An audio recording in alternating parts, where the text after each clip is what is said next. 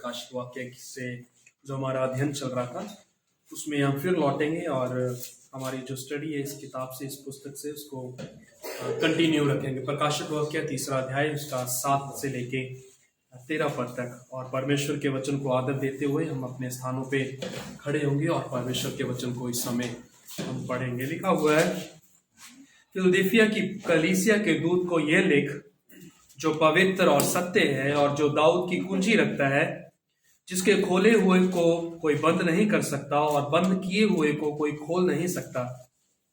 वह यह कहता है कि मैं तेरे कामों को जानता हूं। देख, मैंने तेरे सामने एक द्वार खोल रखा है जिसे कोई बंद नहीं कर सकता। तेरी सामर्थ थोड़ी सी तो है, फिर भी तूने मेरे वचन का पालन किया है और मेरे नाम का इनकार नहीं किया। देख, मैं शैतान के उन सभा वालों को तेरे वश में कर दूंगा जो यहूदी बन बैठे हैं पर है नहीं, वरन झूठ बोलते हैं। देख, मैं ऐसा करूंगा कि वह आकर तेरे पैरों पर गिरेंगे और ये जान लेंगे कि मैंने तुझसे प्रेम रखा है।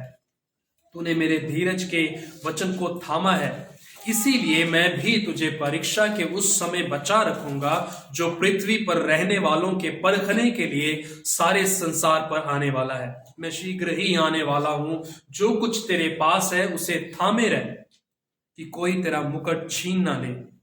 जो जय पाए उसे मैं अपने परमेश्वर के मंदिर में का एक खंभा बनाऊंगा और वह फिर कभी बाहर ना निकलेगा। और मैं अपने परमेश्वर का नाम और अपने परमेश्वर के नगर अर्थात नए यरूशलेम का नाम, जो मेरे परमेश्वर के पास से स्वर्ग पर से उतरने वाला है, और अपना नया नाम उस पर लिखूंगा। जिसके कान हो वह सुन ले कि आत्मा कलीसियाओं से क्या कहता है। परमेश्वर के वचन पढ़े सुने जाने पे आशीष हो। कृपया अपने स्थानों पर बैठ जाए। आए प्रार्थना करें। प्रभु जी, हम धन्यवाद देते हैं आपके वचन के लिए जो हमारे सामने हैं, जिनको प्रभु हम छू सकते हैं, जिनको हम पढ़ सकते हैं और जिनके ऊपर प्रभु हम मनन कर सकते हैं। हमारी विनती आपसे है कि एक बार फिर प्रभु आप अपने अस्तित्व को, अपने वजूद को, अपने चरित्र को हमारे सामने प्रकाशित करें।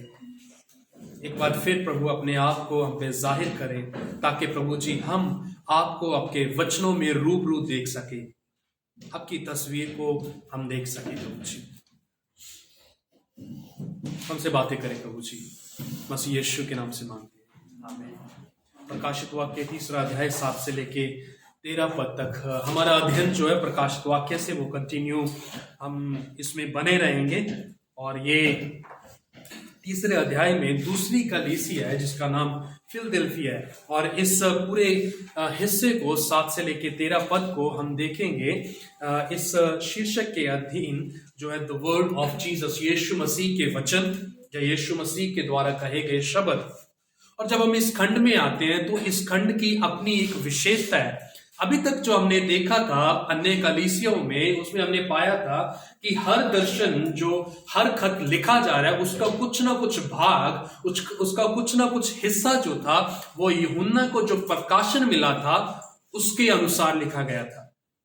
लेकिन यहाँ पे जो चीजों का जिक्र किया गया है, या जिन चीजों को यहाँ पे उतारा गया है, वो सीधे हमें पुराने नियम से मिलते हैं, जिनका जिक्र हम आगे करेंगे, जिनको 4 बिंदुओं में बांटा गया है। लेकिन उससे पहले हम उसमें जाएं, मैं यहाँ की जो कलीसिया है उसके बारे में थोड़ी चर्चा करना चाहता हूँ कि फिलदिलफिया जो है वो कौन सी कलीसिया है, या उसकी विशेषता क्या है, क्यों हमारे लिए जानना यह जरूरी है कि फिलदिलफिया की जो कलीसिया है वो आज के समय में उसकी क्या विशेषता है।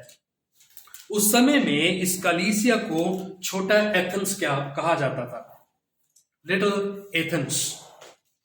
और उसका कारण जो था, उसकी मुख्य जो वजह थी वो ये थी कि उस समय में इस जगह में बहुत सारे ऐसे आइडल्स या कहें गॉड्स पाए जाते थे, देवी देवताएं, जब मूर्ति पूजा, जब कहें भगवान पाए जाते थे सो कॉल्ड।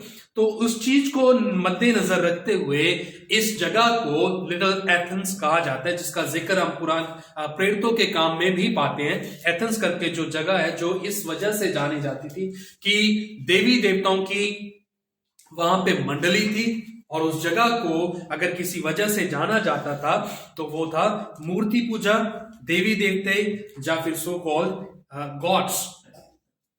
और फिलडेल्फिया का जो मुख्य केंद्र था वो ग्रीक कल्चर था। ये यूनानी कल्चर का केंद्र बिंदु था और उसी की भाषा को वहां पे सिखाया जाता था, चाहे वो यहूदी हो चाहे गैर यहूदी हो, उन सब के लिए ये एक मुख्य बिंदु था। और आज जब हम देखते हैं, फिलडेल्फिया नाम की कोई जगह या कलीसिया तो नहीं है, लेकिन उसी कलीसिया का नाम बदलकर, उसी जगह का नाम बदलकर अभी एल्शेर रखा गया, जो मॉडर्न टर्की देश जो है उसमें हमें मिलता है, जिसकी जनसंख्या अराउंड 41,000 है। एल्शेर जो जगह है वो फिलडेल्फिया ही है, जिसको आज हम टर्की देश जो है उसमें हम देखते हैं। लेकिन चाहे ये जगह जो है, ये कलीसिया जो है, ये शहर जो है मूर्ति पूजा से भरा हुआ था, लेकिन इस कलीसिया की विशेषता ये है कि ये सब चीजों के बावजूद भी परमेश्वर के प्रति विश्वास योग्य, परमेश्वर के प्रति वफादार, ईमानदार और खराई से चलने वाली एक कलीसिया थी। और उन्हीं की ही सराहना करने के लिए आज इसको हमारे सामने रखा गया है कि हम इस कलीसिया को देखते हुए, इस कलीसिया के ऊपर चर्चा करते हुए, इस कलीसिया का बखान करते हुए, या इसको एनालिसिस करते हुए, विश्लेषण करते हुए कि किस तरह से इसने सारी विपत्तियों के बावजूद, कैसे सारी चीजें जब इसके विपरीत थी, उन सारी चीजों के बावजूद वो किस तरह से परमेश्वर में बने रहे।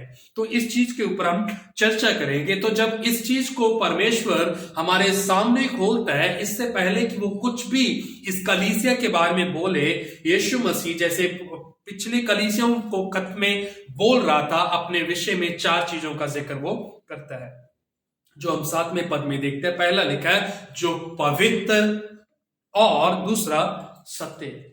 और पवित्र जब हम शब्द पढ़ते हैं तो बाइबल में ये यहोवा परमेश्वर के लिए इस्तेमाल किया गया परमेश्वर का एक चरित्र है, जिसके बारे में हम बोलते हैं कि ये 3rd डिग्री है, सुपरलेटिव डिग्री है, जिसका जिक्र हम यशायाह की पुस्तक उसके 6 अध्याय में पढ़ते हैं, जहां पे सेराफिम जो स्वर्गदूत है वो परमेश्वर के इर्द गिर्द सिंहासन पे जब बैठा हुआ परमेश्वर उसके लिए बोलते हैं, चिल्लाते हुए कहते हैं पवित्र पवित्र पवित्र सेनाओं का यहोवा अति पवित्र। तो यहां पे जब हम पवित्र शब्द का जिक्र कर रहे हैं जो यीशु मसीह के लिए बोला जा रहा है, ये यीशु मसीह अपने बारे में इंट्रोड्यूस करते हुए इस शब्द को बोलते हैं, तो हम मान लें कि यीशु मसीह कोई आम नागरिक नहीं है, यीशु मसीह कोई आम इंसान नहीं है। He is not a common man but he himself is a God of the universe. वो पूरे ब्रह्मांड का परमेश्वर है, वो पवित्र परमेश्वर है।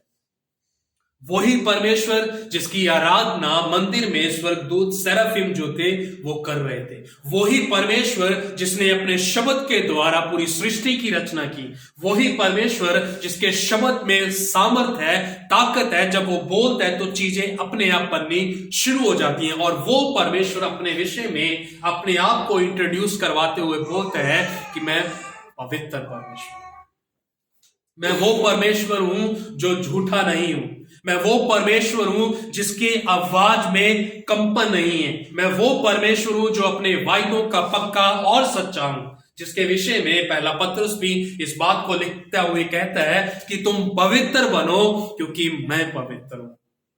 और ये वही पवित्र परमेश्वर है जो इस फिलडेल्फिया की कलीसिया को संबोधित करते हुए अपना जिक्र करता है कि हु एम आई, मैं कौन हूं, मैं पवित्र हूं। हमारे लिए जो शब्द पवित्र है, हो सकता है कि इतना मीनिंगफुल ना हो, इतनी सिग्निफिकेंस जो उसकी महत्ता जो है शायद ना हो, लेकिन जब हम इसको परमेश्वर के साथ जोड़ के देखते हैं तो इसका जो महत्व है, इसकी जो वैल्यू है वो बहुमूल्य है। क्योंकि परमेश्वर के बारे में कोई भी ऐसा गुण, ऐसा चरित्र नहीं है जिसको 3 बार बाइबल में रिपीट किया गया हो सिवाय पवित्रता के। और पवित्रता एक ऐसा है परमेश्वर का गुण जो परमेश्वर को अन्य देवी देवताओं के बीच में अलग खड़ा कर देता है। जैसे मैंने कहा कि ये वो शहर था, ये वो नगर था जहां पे आइडोलेट्री जो थी, मूर्ति पूजा थी, मूर्ति पूजा जो थी वो अपनी चरम सीमा पे थी। और उसी जगह में परमेश्वर अपने विषय में होके बोलता है कि I am a Holi God, मैं पवित्र परमेश्वर, ना सिर्फ पवित्र परमेश्वर हूं पर मैं खुद जो हूं वो सत्य हूं। दूसरी बात परमेश्वर अपने बारे में बोलता है कि I am a true God. हम एक ऐसे संसार में रह रहे हैं जहां पे झूठ ही झूठ बोला जाता है, जहां पे झूठ खरीदा जाता है, जहां पे झूठ बेचा जाता है और झूठ को ही ज्यादा तवज्जो दी जाती है।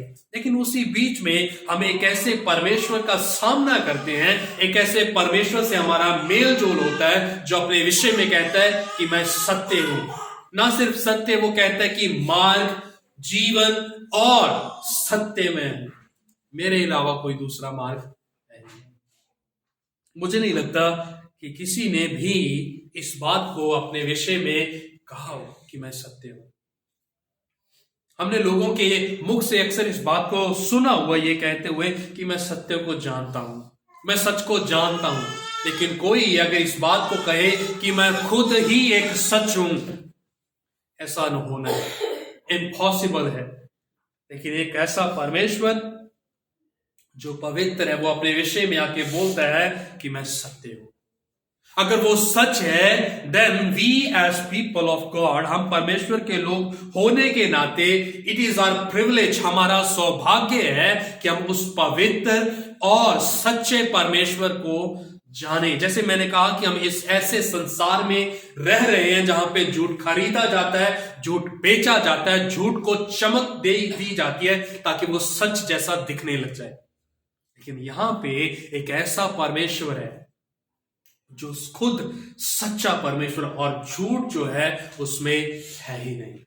वो पवित्र है, वो सच है, और जिसके विषय में यूहन्ना का सुसमाचार कहता है कि तुम सच को जानो तो सच तुम्हें आजाद करेगा, सच तुम्हें स्वतंत्र करेगा। इट विल फ्रीज यू, वो तुम्हें आजाद कर देगा। तो सवाल ये है कि जो परमेश्वर अपने आप को हमारे साथ या कहें इस कलीसिया के साथ संबोधित कर रहा है, डू वी नो हिम, क्या हम उसको जानते हैं? क्योंकि यदि हम उसको जानते होते तो हम कभी भी हिम्मत ना जुटा पाते कि हम अंधकार में चले, हम हिम्मत ना जुटा पाते कि मूर्ति पूजा को आज भी मसीह कहलाते हुए हम उसमें बने रहें। मूर्ति पूजा सिर्फ पत्थरों के आगे माथा रगड़ना नहीं है। मूर्ति पूजा का अर्थ है कि हर वो चीज जो परमेश्वर की जगह हमारे जीवनों में ले जाती है, that becomes a idol for us, वो हमारे लिए एक मूर्त, एक देवी, एक देवता, एक भगवान बन जाता है जो परमेश्वर की जगह हमारे जीवन में ले लेता है। डू वी नो दैट पवित्र और सत्य गॉड? क्या हम उस पवित्र और सच्चे परमेश्वर को जानते हैं? तीसरी बात जो ये परमेश्वर अपने बारे में, यीशु मसीह अपने विषय में कहते हुए आगे बोलते हैं, वो कहते हैं जो दाऊद की कुंजी रखता है, who has the key of David. मैं वो परमेश्वर हूं जो दाऊद की कुंजियां रखता हूं। लूका का सुसमाचार जब हम पढ़ते हैं, पहला अध्याय 31 से 33 पद तक जब हम पढ़ते हैं, जब स्वर्गदूत मरियम के पास आया था और उसको बोला था कि तू पवित्र आत्मा के द्वारा गर्भवती होगी और तेरी कोख में जो पुत्र है उसका नाम यीशु रखना, वो पवित्र परमेश्वर का, महान परमेश्वर का बेटा कहलाएगा। और परमेश्वर उसको अपने सेवक, अपने दास, उसके पिता दाऊद का घराना जो है उसे देगा, और उसका जो राज्य है वो सर्वदा का होगा। There will be no end of to his kingdom. उसके राज्य का अंत नहीं होगा। जो 31 से 33 पद तक हम पढ़ते हैं, लोग सत्ता में आए चले गए, चाहे वो फिरौन राजा हो, चाहे शाऊल राजा हो, दाऊद राजा हो, चाहे फिर वो सुलेमान हो, जेरोबाम हो, रेहोबाम हो, हिजकिय्याह हो, नीरो हो, कोई भी राजा क्यों ना हो, चाहे कितने भी बड़े शासक और साम्राज्य क्यों ना आए हो, आए और चले गए। लेकिन परमेश्वर का वचन इस परमेश्वर के बारे में कहते हैं कि उसका राज्य जो है उसका कोई भी अंत नहीं होगा। और वो अपने विषय में कहता है कि उसकी कुंजियां जो हैं, उसकी चाबियां जो हैं, वो मेरे पास है। और दूसरा सैमुएल जब हम पढ़ते हैं 7 अध्याय पढ़ते हैं, जब वहां पे लिखा हुआ है कि मैं तेरे ही वंश से एक ऐसा पुत्र, एक ऐसा बालक उत्पन्न करूंगा जिसका राज्य सर्वदा बना रहेगा। और वो कोई और नहीं परंतु यीशु मसीह स्वयं है, जिसका राज्य हमेशा का है। चौथी बात जो यीशु मसीह अपने विषय में संबोधित करते हुए लोगों को बताते हैं, इस कलीसिया को लिखा है कि जिसके खोले हुए को कोई बंद नहीं कर सकता और बंद किए हुए को कोई खोल नहीं सकता। जिसके खोले हुए को कोई बंद नहीं कर सकता और बंद किए हुए को कोई खोल नहीं सकता। और ये जो कथन है, ये जो वाक्य है, पुराने नियम से 22 अध्याय उसके 22वें पद से लिया गया, जो हमें यशायाह की पुस्तक से मिलता है। यशायाह की पुस्तक 22 अध्याय 22वें पद में हमें इस बात का जिक्र मिलता है, जहां पे परमेश्वर का वचन जो है एलीकाम नामक का जो व्यक्ति है उसके बारे में भविष्यवाणी करते हुए बोलता है कि मैं एक ऐसा द्वार खोलूंगा जिसको कोई बंद नहीं कर सकेगा, और मैं एक ऐसा द्वार बंद कर दूंगा जिसको कोई भी खोल नहीं पाएगा। आखिर क्यों परमेश्वर स्वयं यीशु मसीह इन बातों को फिलडेल्फिया की जो कलीसिया है उनको ये बातें बोल रहा है? क्या मान्यता है इसकी, क्या महत्ता है इसकी, क्या वैल्यू है इसकी? जैसे मैंने कहा, याद रखें, क्योंकि कॉन्टेक्स्ट इज द की, संदर्भ जो है वो मुख्य है। संदर्भ क्या है कि उस समय में मूर्ति पूजा जो थी वो चरम सीमा पे, और उन बीच में परमेश्वर उनको बोलता है कि एक द्वार मैं जो हूं बंद करने पे हूं, यानी कि इनका जो एंड है वो निश्चित कर दिया गया, निर्धारित कर दिया गया है कि ये अभी प्रॉस्पर नहीं होंगे। जो मूर्ति पूजा है, फिर से मूर्ति पूजा नहीं की जाएगी। There will be an end to it. लेकिन मैं एक ऐसा नया द्वार खोलूंगा, ऐसी अपॉर्चुनिटी, ऐसी प्रिविलेज, ऐसा द्वार खोल दूंगा जिसको कोई भी बंद नहीं कर पाएगा। और इसीलिए पहले अध्याय उसके 18 पद में जो हम देख रहे थे, जहां पे यीशु मसीह ने कहा था कि मृत्यु और अधोलोक की कुंजियां जो हैं, जो चाबियां जो हैं, वो मेरे पास है। और जिसके पास चाबियां होती हैं उसके पास सारे अधिकार। मुझे याद है जब हम छोटे थे, घर में बठिंडा में रहा करते थे, तो जब हम संडे चर्च में जाते थे, जानने जगहों पे जब हम जाते थे, जब ताला लग जाता था, मेन गेट को ताला लगाते, तो उसकी चाबी जो होती तो फिर मेरे फादर साहब के पास रहती थी, किसी को नहीं मिलती थी। और वो इस बात का प्रतीक था कि इस घर का जो मुखिया है, इस घर का जो अधिकारी है, जिसको अधिकार है, जिस पे राज्य करता है, वो कोई और नहीं, वो मैं या मेरे भाई बहन या मेरी मां नहीं है, परंतु मेरे पिताजी।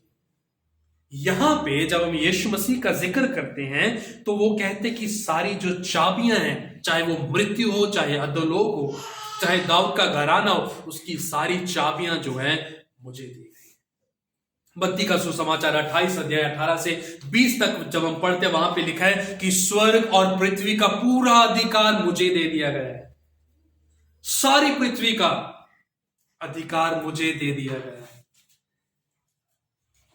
परमेश्वर के पास सारे वो अधिकार है, मृत्यु के भी, जीवन के भी, अधोलोक के भी। और वो एक ऐसा द्वार बंद करने पे है जिसको कोई और खोल नहीं सकेगा, और एक ऐसा द्वार खोलने पे है जिसको कोई बंद नहीं कर सकेगा। और इस बात को जानना बहुत जरूरी था फिलडेल्फिया की कलीसिया के लिए। और आगे का जो है उसको हम 3 मुख्य बिंदु में देखेंगे। और पहला जो है, जिसको हम 8वें पद में देखते हैं, कि यीशु का जो वचन है उसके नम्र लोगों के लिए एक खुला द्वार है।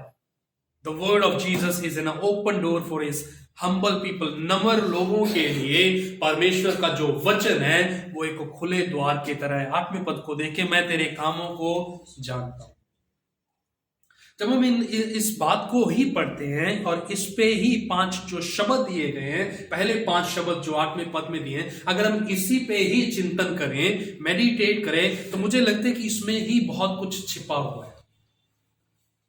मैं तेरे कामों को जानता हूं। इसको 2 तरीकों से समझा जा सकता है, पॉजिटिव और नेगेटिव। जब हमारा कुछ भी जो सीक्रेट हो और जो सीक्रेट ना रहे, it brings to three things. जब कोई भी हमारा रहस्य, जब जो चीजें हमने गुप्त में अपने साथ सिक्योर करके रखी हो और जब वो खुल जाती है, तीन चीजों को वो लेके आती है। सबसे पहले डर, सच्चाई का सामना और उसके बाद कॉन्सिक्वेंसेस। जब सीक्रेट खुलते हैं सबसे पहले आता है कि डर, फिर होता है सच्चाई से सामना और तीसरा उसके परिणाम। और यहां पे जब हम इस बात को पढ़ रहे हैं कि मैं तेरे कामों को जानता हूं, इसको पॉजिटिव वे में परमेश्वर फिलदिफिया की कलीसिया को बोलते हुए कहते हैं कि मैं तेरे कामों को जान। कौन से ऐसे काम थे जो परमेश्वर इन लोगों के विषय में जानता था? आगे पढ़े, लिखा है, देख मैंने तेरे सामने एक द्वार खोल रखा है जिसे कोई बंद नहीं कर सकता।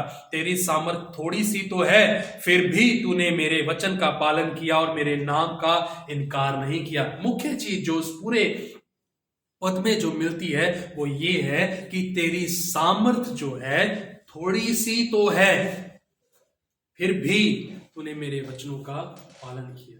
यानी कि कहने का अर्थ जो है, जहां पे मूर्ति पूजा ज्यादा थी, अधिकतर लोग जो थे परमेश्वर के विरोध, उसके सुसमाचार के खिलाफ खड़े हुए थे। और ये छोटा सा झुंड, फिलदिफिया की कलीसिया का छोटा सा झुंड था, जिनका इन्फ्लुएंस जो था इतना ज्यादा नहीं था, जिनका प्रभाव पूरे शहर में, पूरे इलाके में इतना नहीं था। लेकिन वो किस चीज को मान के चल रहे थे कि परमेश्वर का वचन हम थामे रखेंगे, चाहे फिर कोई सुने चाहे ना सुने, चाहे कोई फिर प्रभु में आए चाहे ना आए, but we will keep sowing the seed. हम लगातार बीज को बोते रहेंगे। और वही चीज फिलदिफिया की कलीसिया जो थी निरंतर लगी हुई थी, चाहे लोग जो थे उनके प्रभाव से दूर थे।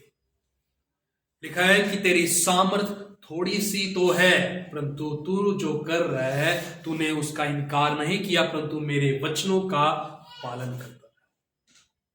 हम भी जब अपने आप को देखते हैं, हम देखते हैं कि हम थोड़े से ही हैं, थोड़े से ही हैं गिनती में। और कई बार लगता है कि हम सारे वही प्रत्येक सप्ताह एक से ही लोग बैठते हैं, कोई नया नहीं आता है। कहीं ना कहीं वो हमारे लिए निराशा का कारण जरूर बनता है। कहीं ना कहीं वो हमारे मन में इस बात को जरूर लेके आता है कि शायद हम वफादारी के साथ नहीं चल रहे। लेकिन वचन बोलता है हमारा काम जो है कि हम निरंतर परमेश्वर ने जो हमें दिया है उसको लेके चलते रहें। तो वचन कहता है कि सामर्थ थोड़ी सी तो है, फिर भी तूने मेरे वचन का पालन किया। तो सवाल हम सबके लिए ये है कि जब हम छोटे से ही हैं, एक छोटा सा झुंड है, तो क्या हम परमेश्वर की आज्ञाओं का पालन कर रहे हैं या नहीं? लूका के सुसमाचार में जब हम जाते हैं तो वहां पे एक पद आता है, यहां पे परमेश्वर कहते हैं कि हे छोटे झुंड तू मत घबरा, क्योंकि तू परमेश्वर को पसंद आ गया है। हे छोटे झुंड तू मत घबरा। हम छोटे से लोग हैं, छोटा सा झुंड है, गिनती में कम लोग हैं, तो क्या हम परमेश्वर की आज्ञाओं का पालन कर रहे हैं? और परमेश्वर इस बात को इससे पहले कुछ भी कहे, वो कहता है कि मैं तेरे कामों को जानता हूं। चाहे हम परमेश्वर के वचनों के ऊपर स्टैंड लेते हैं चाहे नहीं लेते, चाहे हम उसका प्रचार करते हैं चाहे नहीं करते, चाहे हम उसके सुसमाचार को लोगों के साथ बांटते हैं चाहे नहीं बांटते, चाहे हम अपने रोजमर्रा के जीवन में परमेश्वर को महत्वता देते हैं चाहे नहीं देते, तो Lord says I know it all.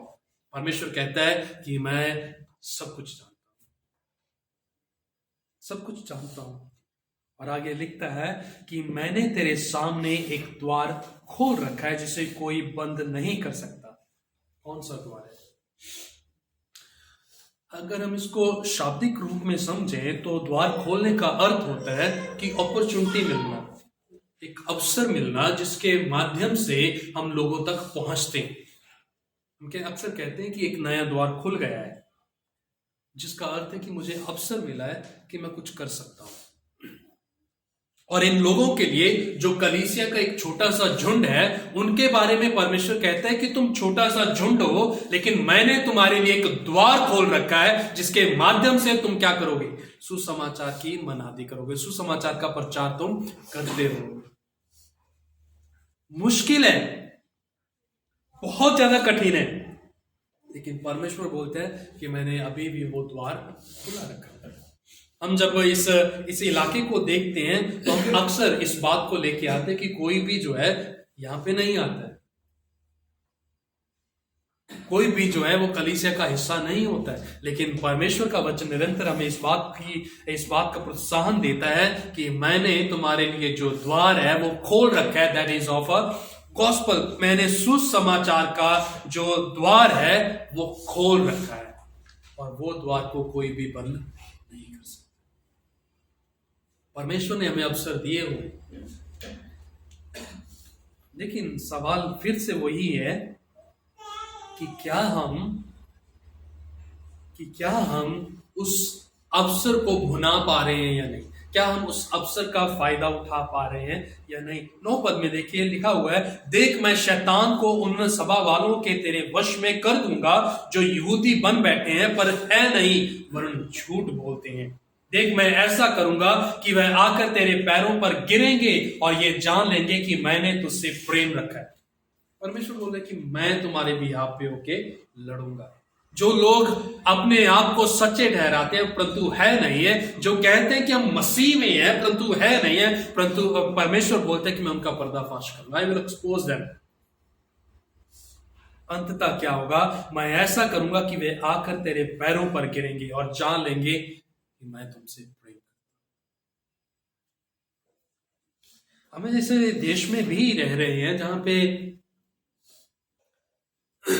पे हमें अक्सर झूठ परोसा जाता है, हमें झूठ दिया जाता है, सच का जो रैपर लगा के उस पे हमें झूठ परोसा जा रहा है और हमें लगता है कि ये सच ही है, और हमें उसमें कंफर्म नहीं हो पा रहा कि ये सच है या झूठ है। लेकिन परमेश्वर बोलते कि देख मैं अभी एक्सपोज करने पे हूं, और जो झूठ बोलते हैं उनको एक्सपोज कर दूंगा।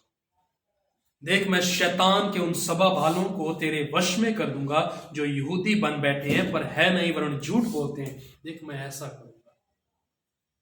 मूर्ति पूजा करने वाले जो अपने आप को धर्मी, ईश्वरीय, परमेश्वर के लोग कहलाते हैं, परमेश्वर उनके बारे में कहते हैं कि eight the and I will expose them, अंततः मैं उनका पर्दाफाश करूंगा। तो हमारे लिए एक बहुत बड़ी इंकरेजमेंट है कि हमें what will happen at the end we already know, अंत में क्या होने वाला है हम उसको अभी से ही जानते हैं।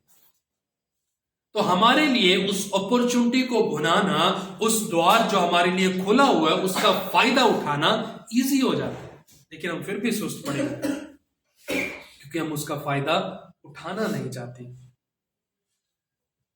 लेकिन ये जो द्वार खुला हुआ है और जो सताव झेला जा रहा है, वो लोग जो अपने आप को धर्मी कहलाते हैं परंतु है नहीं है, वो निरंतर उन लोगों को जो सच्चे हैं उनको प्रोसिक्यूट कर रहे हैं, उनका सताव कर रहे हैं, उनको सता रहे हैं।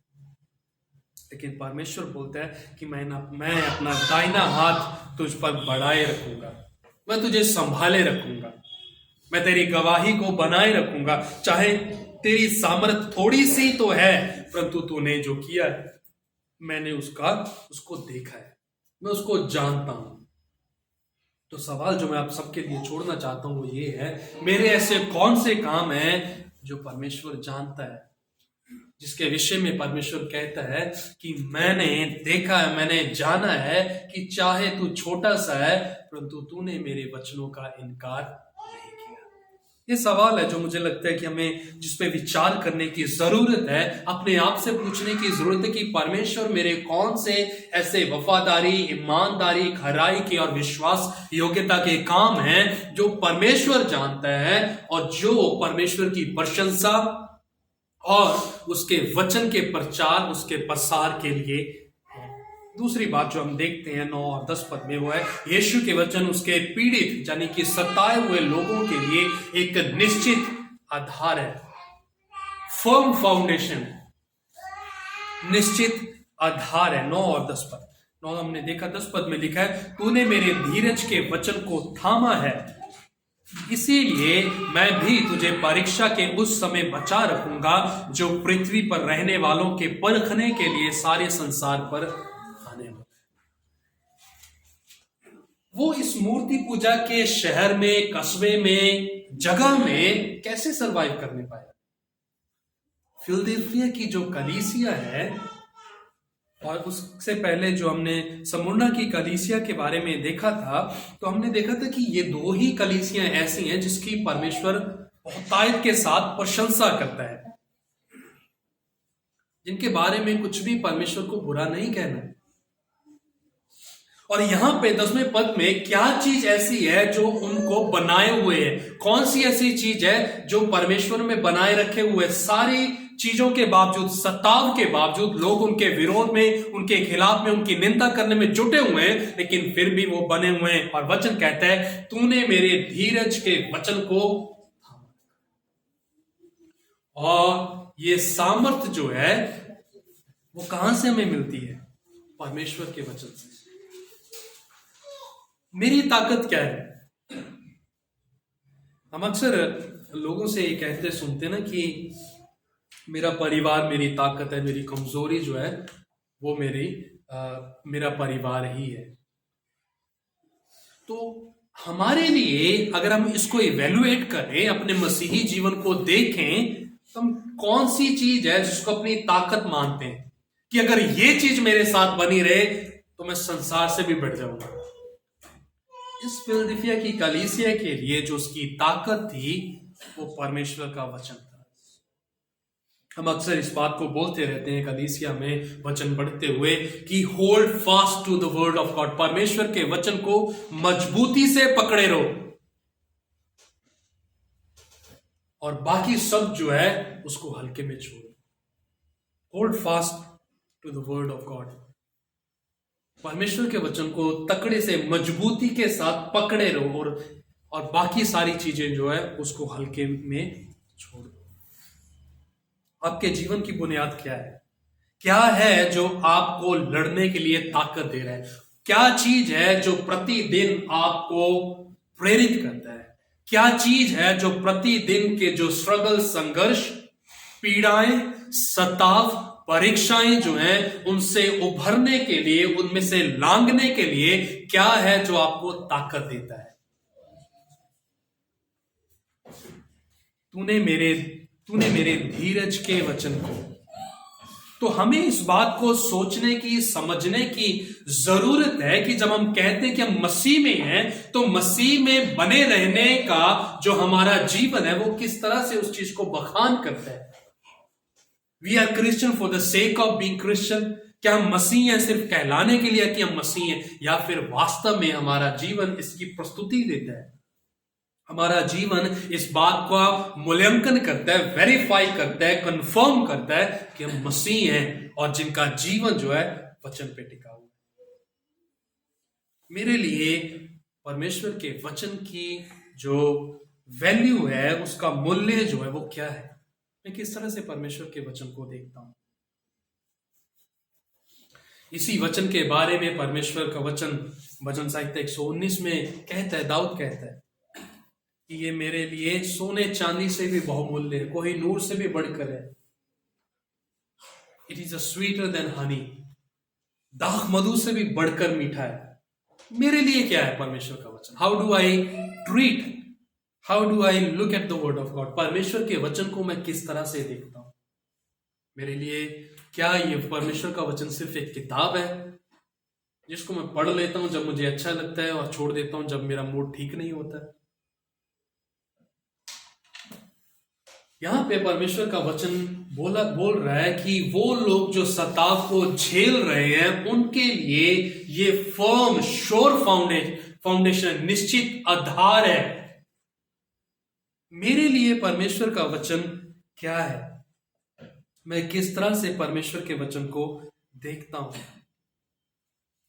बहुत जरूरी है इस बात को देखना। और 10वें पद क्या दूसरे हिस्से में कहता है, इसीलिए भी मैं तुझे परीक्षा के उस समय बचा रखूंगा जो पृथ्वी पर रहने वालों के परखने के लिए सारे संसार पर आने वाला है। हम किस तरह से उस आने वाले सताव से बच सकते हैं, जब उससे लांघ सकते हैं, उस पर विजय पा सकते हैं, जब हम वचन को पकड़े रहेंगे। क्योंकि तो वचन ही है जो हमें ताकत देता है। रोजमर्रा के जीवन के लिए हमें जो ताकत चाहिए वो वचन से ही मिलती है।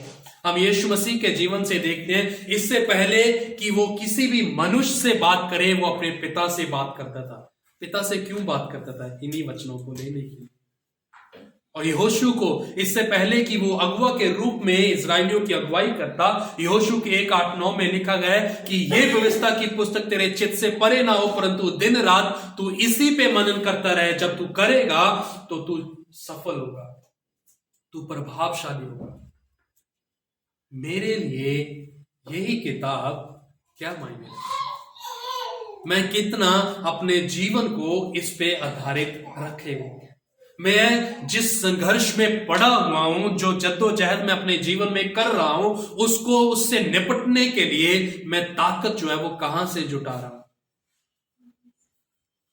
वचन से, अपनी परिस्थितियों से, अपने अनुभवों से, अपनी फीलिंग से, अपने इमोशन से, लोगों की सहायता से, या कोई अन्य विकल्प हमने चुन रखा है?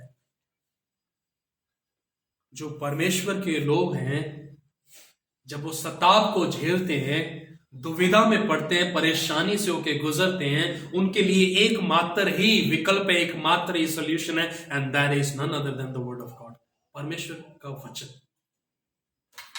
लेकिन दुख की बात है कि जब दुख का समय आता है, सताव का समय आता है, सबसे पहले जो बंद होने वाली किताब होती है वो परमेश्वर का वचन है। हम सब कुछ अपनाएंगे, हम सब कुछ करेंगे, परंतु परमेश्वर के वचन की ओर रुख नहीं करेंगे, क्योंकि हमने परमेश्वर के वचन को अक्सर अपने मस्तिष्क से, अपनी बुद्धि से, अपने दिमाग से समझने की कोशिश की, उसको दिल में कभी आने ही नहीं दिया। क्योंकि जब दिल में आता तो वो मुझे बदलता, मेरी सोचों को, मेरे विचारों को वो अलग शेप देता, लेकिन नहीं। और यहां पे फिलदिल्फिया की कलीसिया जो मूर्ति पूजक शहर में, उसके मध्य में है, जहां सभी लोग उसके खिलाफ हैं, वो तब भी परमेश्वर के वचन को मजबूती से पकड़े हुए हैं, और वो सारे सताव, सारी विपरीत परिस्थितियों को झेलने के लिए तैयार बैठा हुआ है। और परमेश्वर बोलते कि मैं तुझे उस परीक्षा में से निकाल दूंगा, मैं तुझे ताकत दूंगा, मैं तुझे ताकत दूंगा, ताकि जो पृथ्वी पर रहने वालों के परखने के लिए सारे संसार पर आने वाला है, तो उस पे विजय। तीसरी बात जो हम देखते हैं इन वचनों में, अगले पदों में, वो है कि परमेश्वर के जो वचन है वो उसके लोगों के लिए प्रतिज्ञा है। That is the promise of God. परमेश्वर का वचन उसके अपने लोगों के लिए प्रतिज्ञा है, जिसको 11 और 12 पद में हम देखते हैं। लिखा है, मैं शीघ्र ही आने वाला हूं, जो कुछ तेरे पास है उसे थामे रह कि कोई तेरा मुकुट छीन ना ले।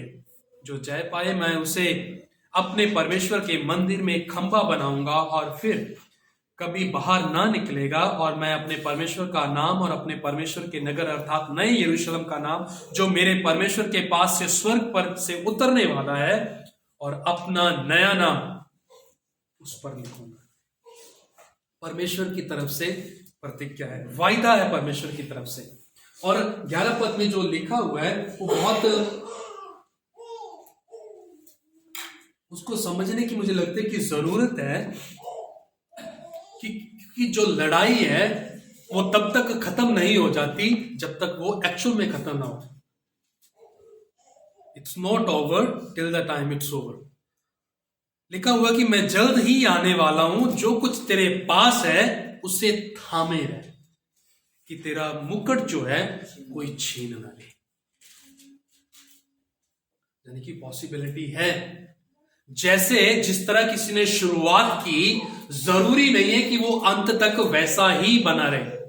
हम क्रिकेट मैच में अक्सर देखते हैं जो शुरुआत होती है धमाकेदार होती है, लेकिन जैसे ही पावर प्ले खत्म होता है तो टुक टुक शुरू हो जाती है,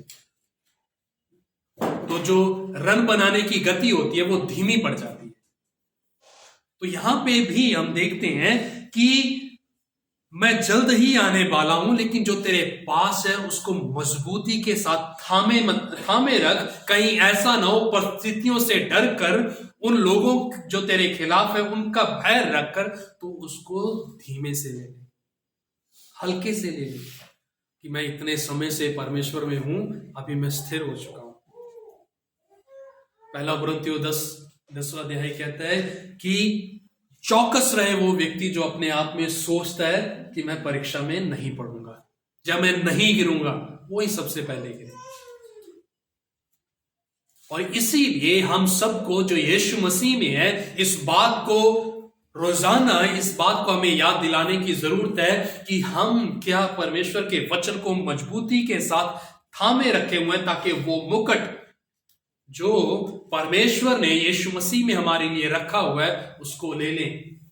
और इसी बात को पौलुस भी 3 अध्याय फिलिप्पियों की पत्री में कहता है कि मैं पीछे जो कुछ हो सब चीजों को भूलकर आगे की ओर बढ़ता चला जा रहा हूं, ताकि मैं उस मुकुट को जो मसीह में मेरे लिए रखा गया है उसको हासिल करूं। वो ये नहीं कहता कि मैं कर चुका हूं, अभी मैंने इतनी किताबें लिख दी, इतनी कलीसियाओं का रोपण कर दिया, स्थापित कर दी, लोगों को सिखा दिया, चेले बना दिए, अभी सब कुछ जो है द जॉब इज डन, काम पूरा हुआ। बोलता है कि मैं अभी भी बढ़ता जा रहा हूं, मैं अभी भी उस पुरस्कार की ओर बढ़ता जा रहा हूं। हमने चूहे और खरगोश की कहानी बचपन से ही सुनी है। जब हम ठहर जाते हैं, that is the point we start losing the game. जब हम रुक जाते हैं, वो ही मुकाम होता है कि हम उस खेल को हारना शुरू कर दें। खरगोश जो अपने आप में चतुर था, चालाक था, क्या सोचा कि कछुआ है, धीरे धीरे आएगा, तब तक मैं थोड़ा सो जाता। खेल में रुका और गेम जो थी कछुआ जीत गया। अगर चाहता तो वो गेम खत्म करके आगे जाके रेस्ट कर सकता था, नहीं, रिलैक्स हुआ वो अपने जीवन में। और मसीही जीवन में बहुत बार मसीही लोग जो हैं वो रिलैक्स हो जाते हैं, कंफर्टेबल हो जाते हैं, आराम करने लग जाते हैं। इतने साल हो गए, दुआ कर ली, बाइबल पढ़ ली, काफी है, मुझे तो पद ऐसी याद है, मुझे बाइबल खोलने की जरूरत ही नहीं है, मुझे तो प्रभु की प्रार्थना मुंह जबानी याद है, 10 आज्ञा भी आती हैं, पहाड़ी उपदेश भी आते हैं, भजन साहित्य के कुछ पद और भी याद कर रखे हैं मैंने, कोई फायदा नहीं है। हम एक ऐसी दौड़ का हिस्सा हैं जो हमें निरंतर लगातार दौड़नी है। जैसे पौलुस कहता है कि मैं दौड़ को दौड़े चला जा रहा हूं ताकि मैं उस पुरस्कार को ले लूं। जब हम किसी भी गेम को देखते हैं, चाहे वो क्रिकेट हो, फुटबॉल हो, हॉकी हो, जब बैडमिंटन हो, हम भीड़ को देखते हैं। भीड़ क्यों होती है? अभी के समय में हम देखते हैं कि कोविड रिस्ट्रिक्शन की वजह से लोगों को अलाउ नहीं किया गया कि वो मैदान में, स्टेडियम में आए और वो आके वहां पे उस मैच को देखें। लेकिन भीड़ का होना क्यों जरूरी है? एक तो है कि चलो पैसा इकट्ठा होता है, वो अलग चीज है, लेकिन भीड़ का वहां पे होना जो है वो खिलाड़ियों का उत्साह बढ़ाता है, उनको इनकरेज करता है कि लोग उन्हें देखने आए, उन्हें अच्छा परफॉर्मेंस करें। और जब चिल्लाते हैं, जब उन्हें इनकरेज करते हैं, चीयर्स करते हैं, उनका हौसला बढ़ जाता है। और हम जो हैं, हम इसी तरह की लड़ाई में हैं जहां पे हमें हौसले की जरूरत है। जैसे ही हमारे हौसले पस्त हुए, हम गेम से बाहर हो जाते हैं। और लिखा है कि अंत तक तो उसको थामे रहे ताकि तेरे मुकुट को कोई छीन न।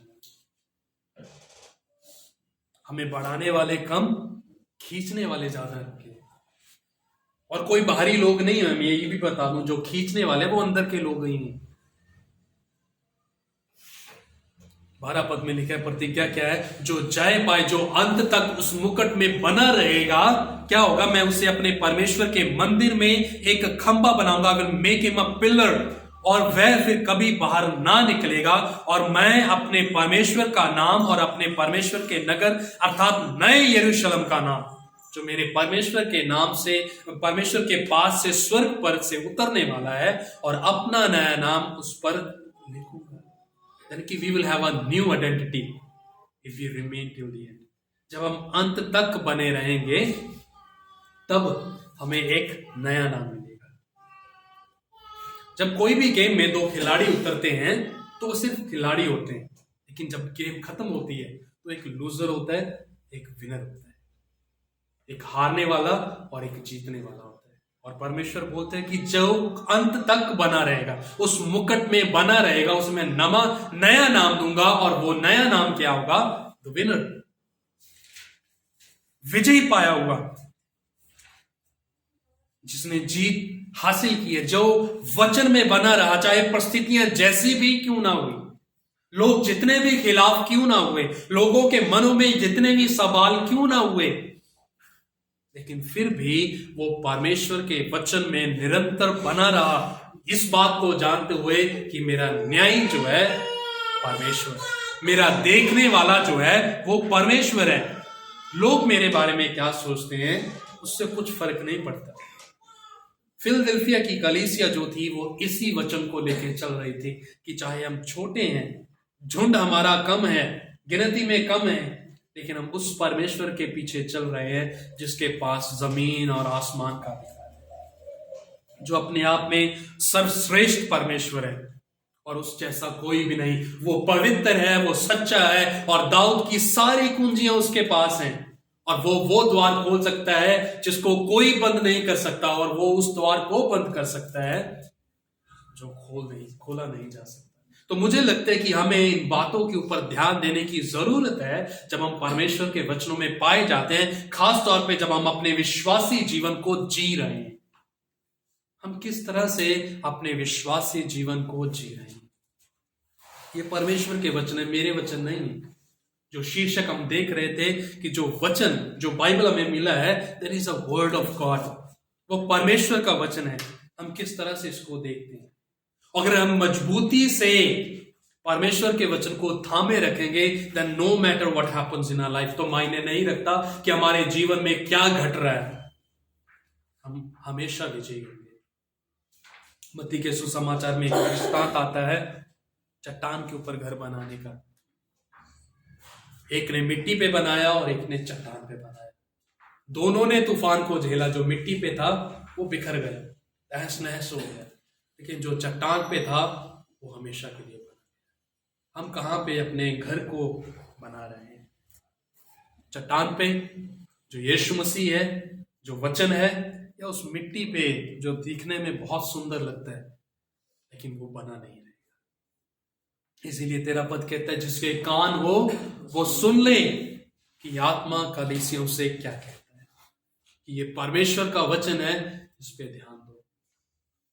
फिलडेल्फिया की कलीसिया की तरह आज हमारी भी ये सबसे बड़ी जरूरत है कि हम परमेश्वर के वचन को थामे रखें। That should not be our last go. ये हमारे जीवन में अंतिम विकल्प नहीं होना चाहिए जिसके पास हम अंतिम में जाएं, सारे हथकंडे अपना लें और बाद में पता चले एक वचन रहेगा उसको भी देख लेते हैं ना। That should not be our goal. ऐसा नहीं हमारे जीवन का उद्देश्य होना चाहिए। जो परमेश्वर का वचन है वो हमारे जीवन में प्राथमिकता होना चाहिए, और जब वो प्राथमिकता होगा तो हम भी इस कलीसिया की तरह विजयी होंगे। और परमेश्वर हमारे विषय में भी इस बात को कह पाएगा जो 8वें पद में उसने कहा कि तेरी सामर्थ थोड़ी सी तो है, फिर भी तूने मेरे वचनों का पालन किया और मेरे नाम का इनकार नहीं किया। हम जितना भी सोच लें कि कुछ भी हो जाए, मैं पक्का हूं, मेरे सोचने से, मेरे मानने से मैं पक्का विश्वासी नहीं बनता। जब तक मैं परमेश्वर के वचनों को नहीं जान लेता, मैं पक्का विश्वासी, सच्चा विश्वासी, ईमानदार और खरा विश्वासी नहीं बन सकता। हम कई बार सोचते हैं ना, अगर हमें सताव झेलना पड़ जाए तो मैं परमेश्वर का इनकार नहीं करूंगा। आई विल गारंटी यू, मैं गारंटी देता हूं कि हम इनकार कर देंगे, हम इनकार कर देंगे यीशु मसीह का। लेकिन जब हमारा जो घर है, हमारी जो बुनियाद है परमेश्वर के वचनों पे होगी और हमें पता होगा कि हमारा आने वाला फ्यूचर कैसा दिखता है, तब हम परमेश्वर का इनकार नहीं करेंगे। और इसीलिए उस दौड़ में बने रहने के लिए, उस रन में, रेस में बने रहने के लिए हमें परमेश्वर के वचन में बना बहुत जरूरी है। परमेश्वर के वचन की महत्ता हमारे जीवन में क्या है? ये परमेश्वर का वचन है जो हमें साहस देता है, जो लड़ने के लिए ताकत देता है, हमें इनकरेज करता है ताकि हम अंत तक बना रहे। दौड़ में सारे दौड़ते, लेकिन एक ही है जो विनर कहलाता है। तो हमें उस दौड़ में तो शामिल हैं। कोई 1 मीटर दौड़ के खत्म कर देगा, कोई 2 मीटर दौड़ के खत्म कर देगा, लेकिन विनर जो होगा, विजेता जो होगा, वो वही कहलाएगा जो अंत तक जाएगा। बचाया वही जाएगा जो अंत तक विश्वास में बना रहेगा। हम इन वचनों के ऊपर इस पूरे सप्ताह भर विचार करें और अपने जीवनों से यह सवाल करें कि हम कहां पे खड़े हुए हैं। हम प्रार्थना करें। प्रभु जी, हम धन्यवाद देते हैं कि आपका वचन हमें हमेशा प्रेरित करता है, आपका वचन हमें हमेशा चुनौती देता है। हम क्षमा भी चाहते हैं कि प्रभु हमने आपके वचनों को उस तरह से नहीं देखा, उस तरह से नहीं लिया जिस तरह से हमें इसके पीछे चलना चाहिए था। परंतु हमारी सहायता कर ताकि हम प्रभु आपके वचनों के पीछे चलना सीखें। दिन रात प्रभु हम इस पे मनन करना सीखें, बजाय इसके कि प्रभु हम अपने इमोशन से, अपनी फीलिंग से, अपने गट्स से और अपने सेल्फ कॉन्फिडेंस से चलाए जाएं। हम आपके वचनों के द्वारा चलाए जाना चाहते हैं। आप ही हमारी अगुवाई करें। प्रभु यीशु मसीह के नाम से मांग लेते हैं, आमीन।